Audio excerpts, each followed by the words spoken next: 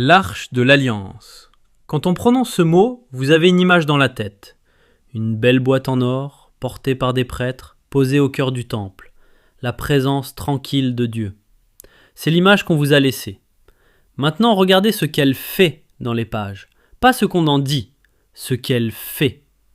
Et retenez ce principe, les amis. Un objet qui renverse des murailles, qui décapite des statues et qui foudroie ceux qui s'en approchent, ce n'est pas un meuble d'église, c'est autre chose. Jéricho. L'arche tourne autour de la ville. Pas une armée, pas un bélier contre les portes. L'arche. 7 tours. Et au 7e, les murailles d'une ville fortifiée s'effondrent toutes seules, devant une caisse en bois. Plus tard, les Philistins la capturent et la posent dans le temple de leur dieu, Dagon. Le lendemain matin, Dagon est tombé face contre terre devant elle. On le relève.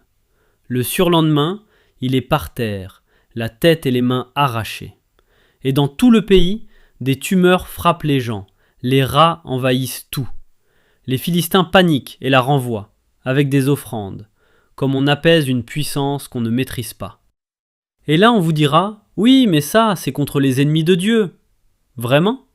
Alors lisez la suite. Beth-Shemesh, des Israélites, le peuple de Dieu lui-même, ose regarder à l'intérieur de l'arche, juste regarder dedans. Le texte dit « L'Éternel en frappa 70, morts, pour avoir regardé. » Et un jour, on la transporte sur un char. Les bœufs trébuchent, l'arche penche. Un homme, Uza, un homme du peuple, qui voulait juste l'empêcher de tomber, tend la main. Il la touche. Il s'écroule. Mort, sur place. Il voulait la sauver. Rapprochez les morceaux, les amis. L'arche qui broie les murs de Jéricho, qui décapite Dagon, qui tue ceux qui la regardent, qui tue même celui qui veut la rattraper. Ce n'est pas une arme contre les ennemis, c'est un câble à haute tension. Elle ne fait pas de tri. Et pourtant, le même livre dit que c'est sur cette arche, exactement sur ce couvercle, qu'on versait le sang du pardon, une fois par an.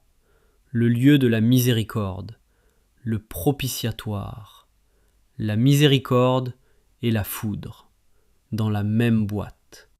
Comment le même objet peut-il être à la fois la source du pardon et ce qui tue quiconque s'en approche ?